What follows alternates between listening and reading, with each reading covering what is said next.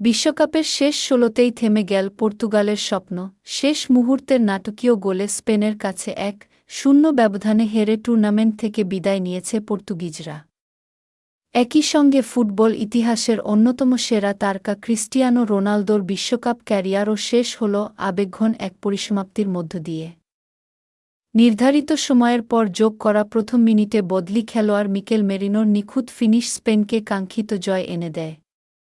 ম্যাচটি অতিরিক্ত সময়ে গড়াবে বলেই মনে হচ্ছিল, কিন্তু শেষ মুহূর্তের সেই গোলেই কোয়ার্টার ফাইনালের টিকিট নিশ্চিত করে লুইস দে লা ফুয়েন্তের দল।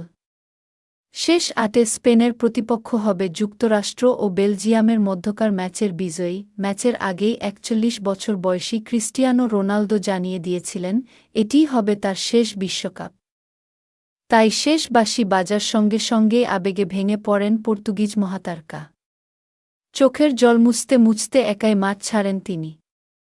বিশ্বকাপের মঞ্চে তার দীর্ঘ ও বর্ণাঢ্য যাত্রার সমাপ্তি হয় নীরব এক বিদায়ে। ৬টি ভিন্ন বিশ্বকাপে গোল করা ইতিহাসের প্রথম ফুটবলার হিসেবে অনন্য কীর্তি গড়লেও ২০২৬ বিশ্বকাপ রোনালদোর জন্য সুখস্মৃতি হয়ে থাকল না। গ্রুপ পর্বে উজবেকিস্তানের বিপক্ষে ২টি এবং ক্রোয়েশিয়ার বিপক্ষে একটি পেনাল্টি গোল, এই ৩ গোলেই সীমাবদ্ধ ছিল তার অবদান। স্পেনের বিপক্ষে তিনি ছিলেন কার্যত নিষ্প্রভ। প্রথমার্ধে মাত্র ১২ বার বল স্পর্শ করেন, যা মাঠে থাকা অন্য যে কোনো খেলোয়াড়ের চেয়ে কম। ম্যাচের শুরু থেকে দুই দলই ছিল বেশ সতর্ক। স্পেন ও পর্তুগাল একে অপরকে খুব বেশি সুযোগ তৈরি করতে দেয়নি। লামিন ইয়ামাল একাধিকবার আক্রমণে ওঠার চেষ্টা করলেও সফল হননি। অন্যদিকে ব্রুনো ফার্নান্দেস ও রোনালদোও নিজেদের স্বাভাবিক ছন্দ খুঁজে পাননি। শেষ পর্যন্ত ম্যাচের ভাগ্য গড়ে দেন স্পেনের দুই বদলি খেলোয়াড়। দ্রুত নেওয়া একটি ফ্রিকিকের সময়ে পর্তুগালের রক্ষণভাগের মনোযোগের ঘাটতির সুযোগ নেন ফেরান তোরেস। বক্সের কিনারায় বল পেয়ে প্রথম স্পর্শেই দারুণ এক থ্রু পাস বাড়ান মিকেল মেরিনোর দিকে।